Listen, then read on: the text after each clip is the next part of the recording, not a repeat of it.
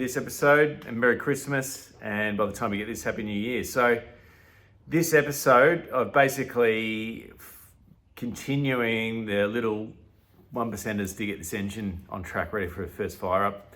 Now it's been a while again. I've actually had a baby in the last 2 weeks, so there's been a big preparation for that, and the arrival of little Jack, and he's now here, and it's been very busy to get ready for that, but also now that if anyone that's had kids knows how full on it is in that first few weeks. So anyway, I'm getting up here when I can and tinkering away.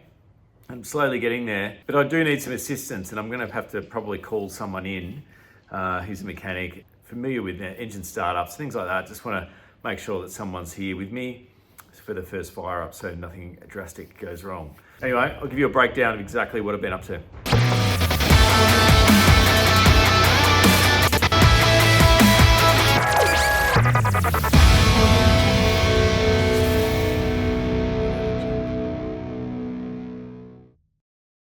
All right, so I did actually have all this footage prepped, intros done. I did a big build on the restoration of this power steering pump reservoir, and I ran over my phone basically. I had a Pixel, Google Pixel, I put it on the wheel of the ute and took off and crushed it. So I've got this iPhone, which is a much better camera actually, but it's been sitting in the drawer for ages. So fired it up, but unfortunately lost all that footage. So I'll give you a bit of a rundown now of what I've been doing. Got all the drive belts on. They're not fully tightened up because I'm waiting on this new alternator. I mean, I could probably paint that and just get it back in there, but I thought I'll just buy a new one. Even those Lucas ones are really good. That's probably nothing wrong with that. It is, 40 years old, so I think getting a new one's probably not a bad idea. I've restored and put the heater fan on, and I've also 3D printed some bungs, so they fill into those areas. I've got to silicon them in, but they're actually a good little addition if you don't want to run those pipes, but you still want to retain this fan, I suppose, housing for roadworthy. And down here I've also, these two holes here, I've also 3D printed some plastic bungs for them as well, which will pop in and seal that up. Here are these bungs that I made to put in to cover these holes that were put in for the air conditioning. There, basically, once you silicon them in, that'll cover them up nicely. In hindsight, I probably should weld them up, but I wasn't too sure what was what back in the day. So this here is the power steering pump. It's a factory one. You can actually buy this brand new, but this was already restored at some point. So I decided to keep it. We painted it, and it started to, when we sorted it, started to actually leak, and it was dripping down here. So anyway, I was like, I'll probably have to actually get that done at a professional mechanics engineering place. But you actually just get a little O-ring kit from Rare Spares. I think it's like $20 or something. I pulled it apart, and I had a whole series of videos of showing you how to do that. And obviously I've destroyed my phone, so I've lost it all. So now, basically, to fix it, I just replaced this O-ring, which would literally be $1 part, and it stopped the leak. Everything else was pretty good nick. So that's just bolted in. I've put it back onto the actual hydraulics of the steering, and that is ready to go. I've also put the booster on, which I may have shown you last time, in the process of just sandblasting that master cylinder, and then I'll hook that up to the lines. So I've basically got the vacuum booster 90-degree angle there, so I've just got to get the hose, and that can go up to connect to the brake booster itself. I've labelled the numbers of for each lead, and I've bought some leads from Ice Ignition. So around valve covers, V into VT heads, and that's them there. So I'm hoping I've got the right ones. And they're 9mm. They pretty much just go sequentially around, but I thought I'd number it anyway, just so I know exactly what cylinder is going to what lead. So that's the next step. And yeah, we're slowly getting closer and closer.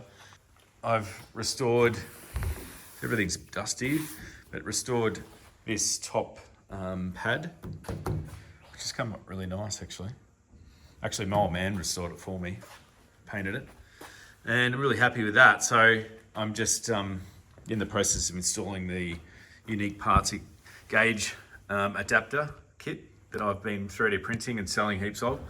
And yeah, I've got all the gauges over there ready to go in.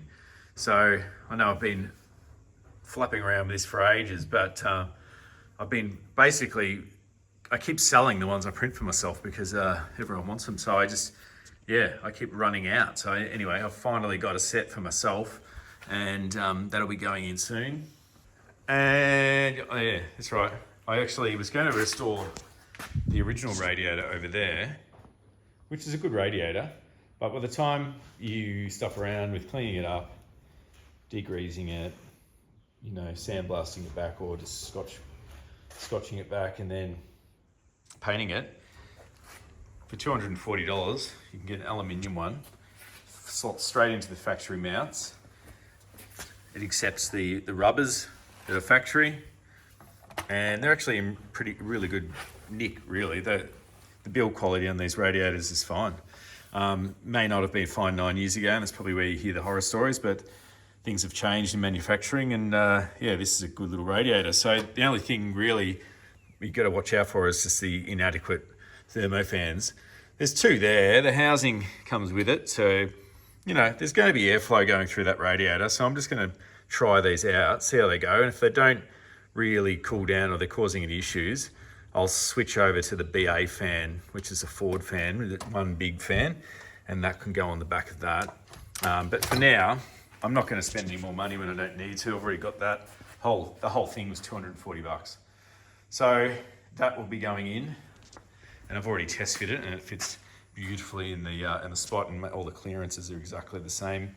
Fits into those rubber grommets, and she's all ready to go. So got a little hose there to bypass the heater.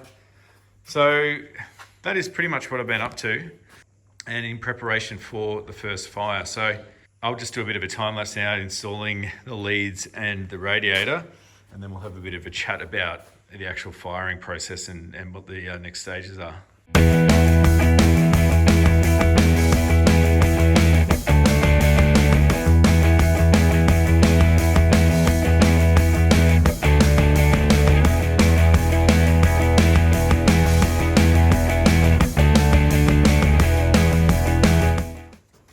All right, so I've got all the leads on. Now they all come in varying lengths. I've never actually done it before, like a lot of things with this build. So I just matched them up depending on what distance there was, the longer ones.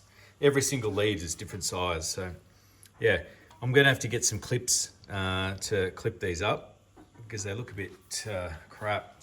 There must be some kind of cable management you could do with these, lead management to sort of hide everything, keep it sort of tucked up behind. But for now, I'm just gonna, that'll do. So yeah, I'm just ticking away little jobs. So the next job, or the next couple of jobs for this kick down cable, somehow I've got to fix that to the manifold and connect that there. So that'll be the kick down done. I've taken away the loom for now and just draped it over this radio support because I just want to clean it up before I get it in there. I've done a rough clean and I have put some new covering over this loop part of the loom, but I've just got to do it for the rest. I'm not super fussy about all the connectors and things like that, but I will cover up all the dirt and wash some of the dirty stuff. Put the booster, found that, but I've actually ordered another one anyway.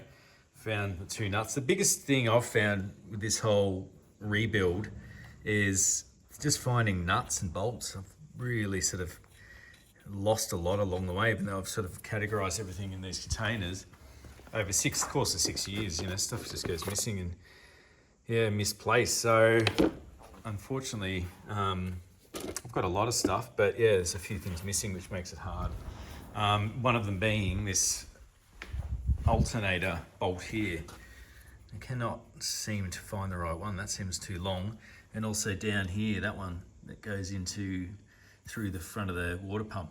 It's quite a long bolt, that just holds that bracket together, and then that sort of lifts up the alternator down, push down, and that sort of creates tension on this drive belt. And you do the same with these 2 bolts here, or these 3 bolts for the power steering belt as well. So I've got to still get some clamps to put that bypass tube on. Oh yeah, this is another one. I've got to do this bracket for the oil dipstick. That's around the wrong way. That's actually what was in the sump when I handed the engine back. As you can see, the bracket is just completely the wrong way. So it really needs to be custom fabricated to this bolt here, just a little L bracket there, just to hold that in. You still get access to the spark plug. So I'll have to do that. It's a bit annoying when you buy a brand new sump and it doesn't come with a dipstick. Once I've done all the engine stuff for today, I'm going to get this installed. Even if I have to take it apart again, I just want to see the thing with all the unique parts, adapter kits, adapter gauge holders on there with the gauges, and to see how it sits inside that.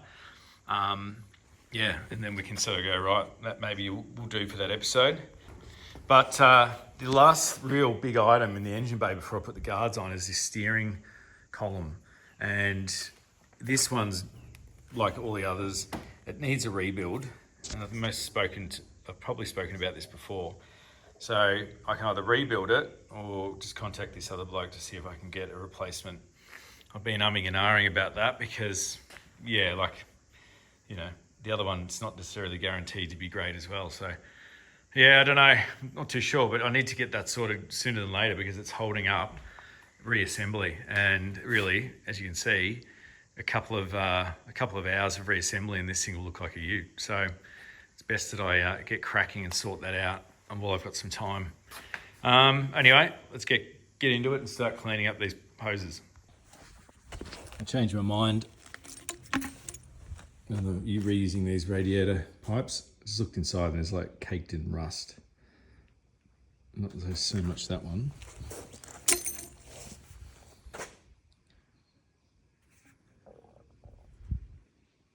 I was like, come this far for the sake of an extra $50, just get some new ones.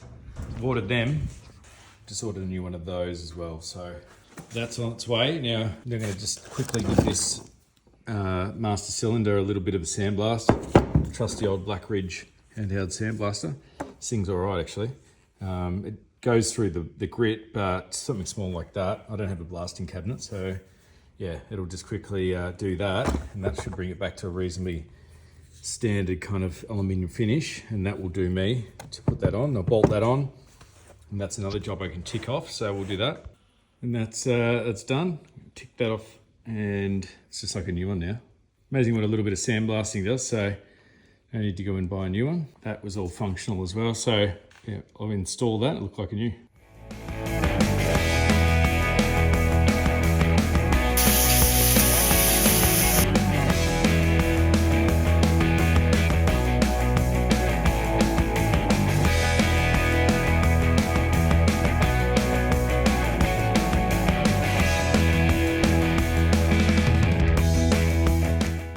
Okay, so that's done. I'm pretty happy with that booster restoration. It saves a bit of money and it looks brand new. So yeah, just going over, painted that 2-pack, sandblasted that master cylinder back to original, and yeah, everything's plumbed in except for this line coming out here down to the brake line. I've currently got that over here. So currently that's the original. It's a bit dirty, I was going to clean it up, but I thought I've got some Bundy tube, I've got this bender, I haven't done anything with this yet, so I thought why not just bend one up with this section so I don't have to clean that and see how it turns out. And if it turns out that it works just as good, then I'll use it. So I've just fired up this double flare tool. I've had it sitting around for a while, finally cracked it open, and yeah, I've done my first flare here. So that's 3/16 size. Works good. So if anyone hasn't seen one of these before, basically, yeah, it's a tool that allows you to create those little flares that you see in brake lines.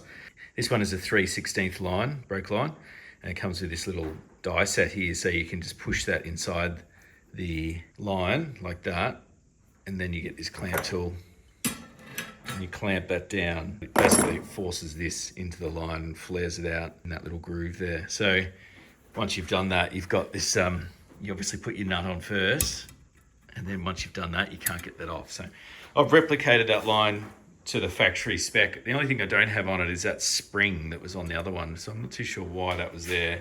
I don't really think you need it on there, so I'm going to leave it off and just flare this, and it'll be done.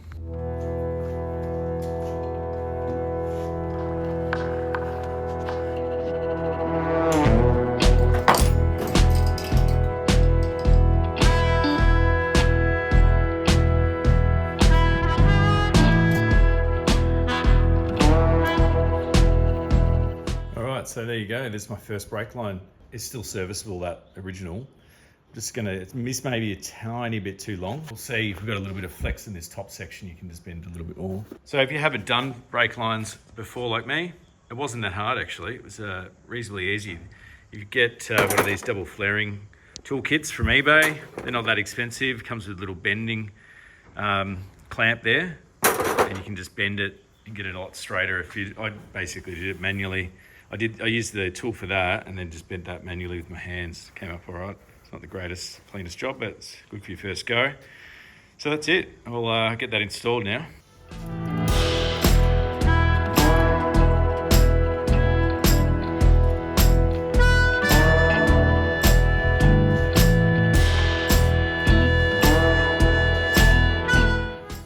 And just so you're aware of what a double flare is, that is a double flare. So you flare on the rear, which was what we did at the start, but then you turn around and you actually use that clamp to flare the inside as well. So that's what goes down in there. That double flare goes into that actual brake line, and the normal flare is up into the master cylinder above. So that is a normal flare there.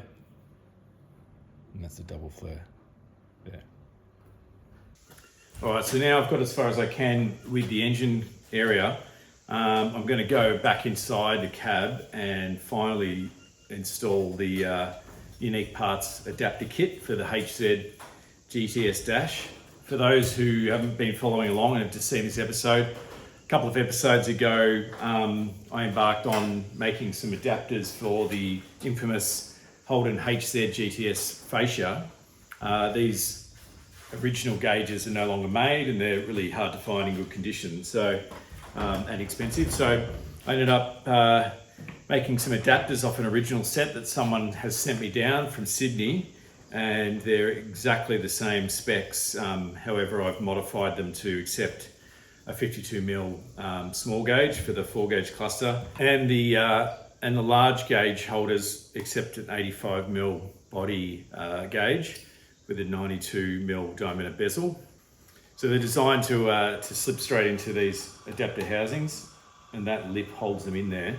And because they're modeled off the original mount points, they mount directly to the original mount points on the actual fascia support behind the fascia. So I decided to do a bit of a rundown on the installation of how you can install one of these kits and what you get when you actually buy them. There's currently 2 kits. One's kit is for the retro adapter kit for the eBay gauges. Now these are just a no-name gauge kit. Nothing wrong with the quality of the gauge, then it's not branded as such. I mean, most of these are coming out of China anyway, even if they are branded. Some more expensive ones obviously made in America and Europe. But you know, either triple or quadruple the cost of one of these gauges. So it just depends on your budget. A lot of the time, those gauges are the same size diameters, but the bezel might be slightly different. I've modeled these kits specifically for these cheaper eBay kits, but I've also done a kit now for the SAS Muscle series, which you can also find on the website, same price. I'm going to add more kits as I go along, BDO, Autometer. Basic in concept, difficult to actually construct. Took me a long time to R&D these. Took me about 2 months of development, getting the sizing right. They're down to like, you know, 0.5 millimeter in tolerance. So really accurate. I've tested it so that they sit. You won't need to really do much once you get a kit. You'll just bolt them straight on. So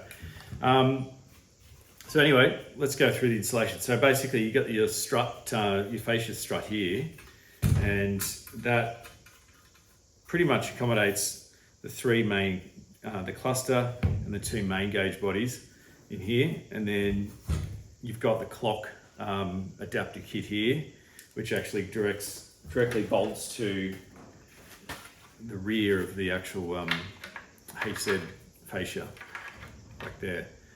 Same kind of deal, you slot the gauge in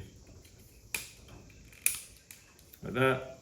Sometimes there's stickers there because they're so tight in their tolerance that it might grip, but that's what you want. And so that's nice and secure. You can see it's flush there, so it actually mounts directly hard up against that fascia. And then at the rear, you've got a nice little mounting bracket there that you can slot on, and it ain't going nowhere. So that's pretty much the gist of it. With these 4-gauge clusters, I'll go into in more detail, but simply same kind of deal. You slot them in and they go right in so that it's a flush mount on the face of that as well, because that goes hard up against the fascia. And if you don't do that, it pushes it back out. Really, really hard to get the tolerances right on this one, because these weren't designed to accept a 52mm gauge. So the tolerances on this support panel, especially here where they go, are very tight. So anyway, I'll go in to basically start to show the installation process for the 4-gauge cluster.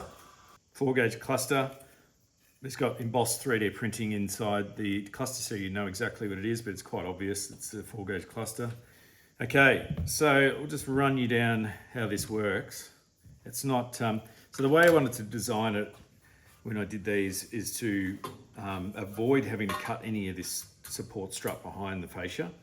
I know some of the bigger gauges, diameter wise, they'll start to extrude onto here, these 2 points, so you have to actually cut this out. And that, although it's not admittedly going to really affect too much of this strength of this support, you know, it does compromise it slightly. And yeah, and also, you know, you're ruining a unique sort of factory component, which they're not making any more of. So the way around that was to just really push the limits and try and get them in without having to do that. So in order to do it for the 4-gauge, you do have to do slight shaving on these strut mount screw points here. I'd say about 2 to 3 mil. It's in the documentation in the actual unique parts manual when you get by a kit. But you can see there, you just get a grinder and just shave off 2 to 3 mil, and that allows the gauge housing to sit hard up against once the gauges are actually seated inside without hitting those struts, because of the tolerances are so tight. So anyway, I'll go in and install it now. You'll also notice with these screw points on the back of these gauges, because once again of these strut mounts and these little mold housings here, when they die cast it, they must be a part of actual injecting the metal in. You could potentially shave them off, but once again I've left it, and I decided to knock off the screw and shave the screws on those bottom two, and that gets around the clearance issue, and it doesn't affect the actual stability of the gauges being housed, because I'll see in a minute with the bracket system that I've got going with these clusters, that gets around that issue. So basically, as you're looking, this is the top of the fascia. All right, so anyway, fuel goes on the right. If you want to follow the exact, which is the whole idea, is follow the exact way that the originals were. Then you've got temperature, top left, oil, bottom right, and your volts, bottom left. That's it, very simple process. You can see there, they sit lower than the actual face, so they connect right up or mount right up to that fascia, which is important because that gets you the really, really tight tolerance fit that you want. So in order to get around that, as I was talking about earlier, these brackets have two purposes. One purpose is to actually align the screw mounts so you know that everything's faced up correctly. And the second one is to hold them going back. So, you know, you can just sort of eyeball it. All this is made of ABS plus, so it's strong, but it's actually thermally strong, so it won't melt in the sun. And under the dash inside your car on a summer's day, you know, your melting point for PLA, which is your sort of general use plastic, will actually soften and melt.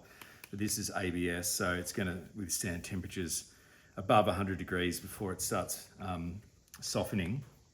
And yeah, your car's not going to get much hotter than that. So yeah, I've tested it in the car, they're absolutely rock solid. ABS is also really strong, but as I said, you don't want to bolt the car to the gauge, you want to bolt the gauge to the car. So these tabs, like on the originals, I've made them as strong as possible, but don't go over tightening them because you will crack the plastic. But these I've tested and they're reasonably robust anyway, so you can rely on them not to crack. And then this bottom mount, because of these, as I mentioned earlier, these true screw mounts here were taken off to make the clearance. So I've developed a little side middle bracket that just sits on these two screw points here. And I've over-engineered these mounts so that these are going to not rattle anywhere over time. So once again, the tolerances on these mounting poles here have been worked out so that they don't push back and they don't push forward. So they're always going to be flush there.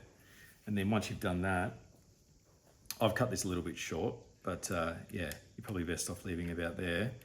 And then you just get the factory screw mounts and then tighten her up.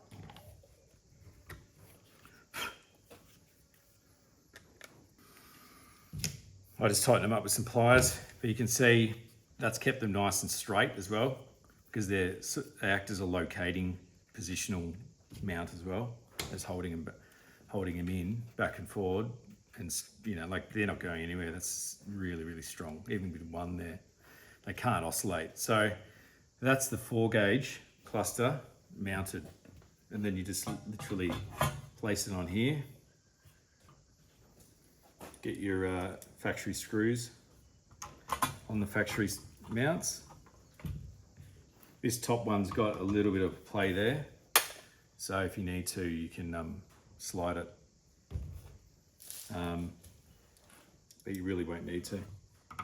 And do them up, you know, just firm, don't over tighten them. It's plastic at the end of the day. The original gauge clusters were notorious for snapping this top section here. Now I've molded it the same way, but I've made it thicker because it's 3D printed. It will never be as strong as ABS cast ABS or injected ABS, but it's probably 90% strength. But because I've thickened it, it's averaged out to taste. It's probably stronger than the original, to be honest. It's twice the thickness. And that's it. That's well and truly in there. It's not going anywhere. You've still got access to wiring, and that's the 4-gauge cluster done. Thought I'd just show you the wiring as well. You know, you could either choose to do this once you've installed the bracket, or you can do it before. It's probably easy to do it before. With these eBay gauge kits, you just literally pop these. They're a 6-pin.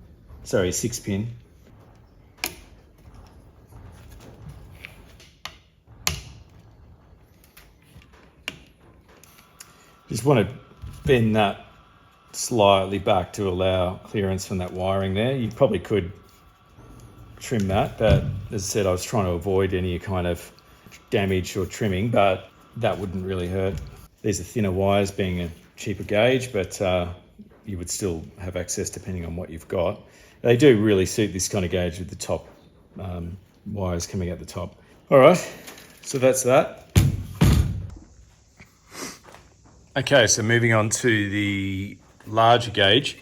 So you got two, obviously, and in the kit there is a left and a right, because they do actually have different tolerances depending on where they are on the fascia support, because the fascia support is not flat. It's actually curved. So that's why you have to use the left to the right so that the faces of these gauges line up within a millimetre to the actual plastic fascia at the front, because their holes are pretty much down to the millimetre to get accurate. You've got a little amount of wiggle room in each of these brackets because I've elongated each of these mounting holes, and that allows you to sort of slide back and forth, but your heights are pretty much dictated to by this print, and I've done the hard work for you there. But you just have to, every car will be slightly different, so it gives you some allocation of millimetres there to do the side motion to get it right. So we'll start with the left. So very simple to install. As you can see, it's all there. You simply just slot it in. The tolerances are tight, so it's a nice firm fit, and just seat it right back into that recess, and that's it. That's all you have to do. And then on the rear, you just use the factory mounting bracket, which is actually a steel one. And once again, slot it into the allocated slots that I've made. Once you've got that seated, push it back, and that locks it in place. Same deal with the screws. Screw them onto the back, nice and firm onto that steel plate, and that's it. It's mounted, ready to go. Just do them up, and you're ready to mount it onto the fascia support like that. Let's quickly do the other one. Exactly the same process. Let's get it in there.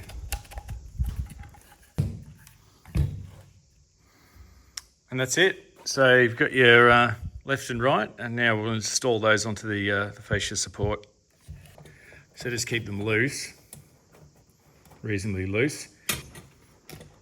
You can see, it just gives you a 2 or 3 mil, probably 2 mil, back and forth, and that makes a world of difference once you get in the car. And you've still got down there, this is a mount point that actually goes into the other strut behind it, so you need a longer screw. And same with this side.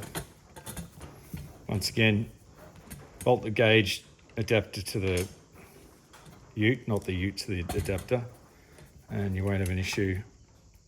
They're strong, but at the end of the day, they're plastic. There you go. That's it, ready to mount into the ute, and all you need to do is just put some, as you can see there, I put wires in the back of that one, so I'll just do the same with these two, and then we'll be right to install that in the car. All right, so I just wanted to show you the rear of this, just taking that bracket off to show you.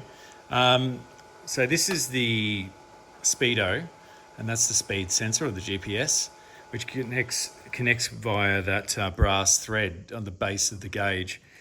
And as you can see, that's pretty much mounted, not completely screwed tight, but the tolerance just gets in before it starts pressing up against this mount here.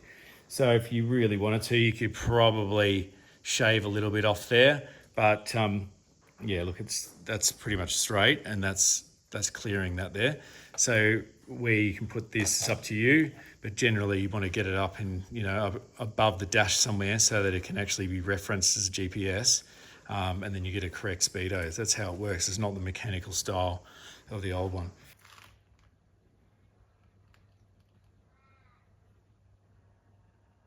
So before we install the final dash, we've got to install the clock gauge. It's a 52 mil at the moment. I don't have a clock gauge, so I'm using this fuel gauge, but it's exactly the same principle. Just get the adapter, slide it in,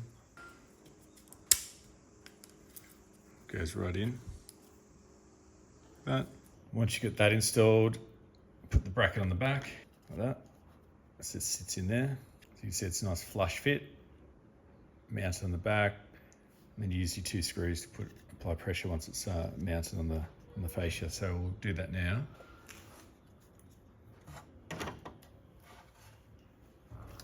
There is 2 different ways that this goes. So the angles you'll see on these tabs here are specific to where the face of this tilts, as you can see there.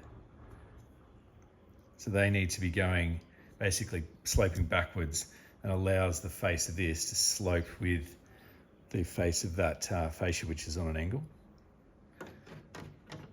Took some time to get accurate, but as you can see, as a result, you get that perfect mounting face like there, which means that in the front of your gauge, you're going to get a nice seamless join in the actual fascia.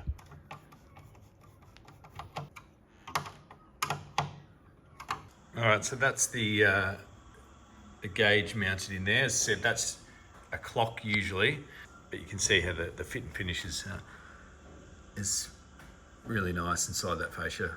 You can't see any light escaping, and the bezel's like right up against it. So that is all you need to do, and now you just need to install this fascia panel onto the support bracket and screw it on, and you're done.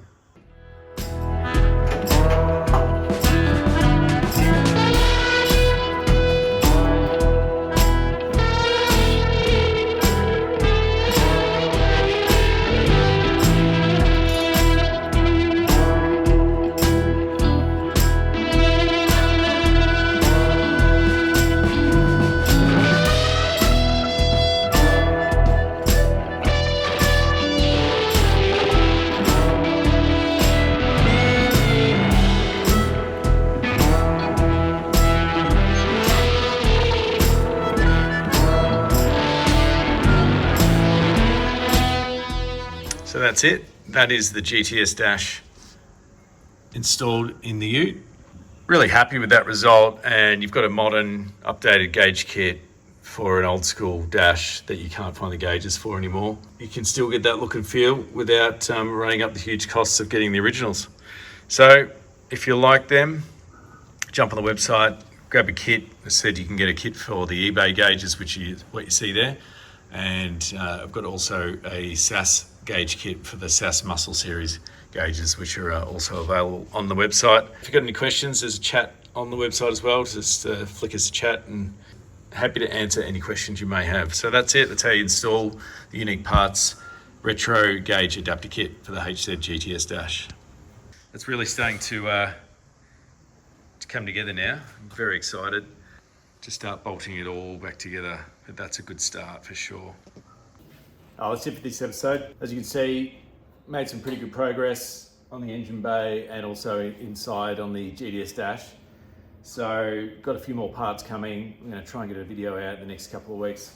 Speed up this so we can get the first start. I'm hoping to get this first start inside the car for the engine really in the next couple of weeks. I think I can do that. I've got everything really in there that I need to do. Fuel pump, I just got to install the fuel filter. Probably wise, even though it's brand new oil from the dyno, probably best to just drain it, start again with a new filter. Make sure the transmission fluid's also where it should be. It's been sitting for a year now, or over a year, so it's not the end of the world. I've made sure that I've sprayed CRC down in each bore, taken the spark plugs off and done that over the course of the last 6 months, so I'm not worried it's turning over, but certainly need some help, potentially some experienced person to come and be here for its first fire and talk through the procedure and things like that. So otherwise I'll try and get some local help to do it. I think I've got a couple of mates that potentially could walk through the process for its first fire. I really want to try and finish this thing for the Hanging Rock Car Show or the Dalesford Motor Fest. It's an awesome event, heaps of Holdens there. So if I can make it for that, which is a couple of months away, I'd be very, very happy, but always I need the support from the channel in order to try and fund it to do it. So anyway, hope you got something out of this episode. Thanks for watching. I'll see you in the next one.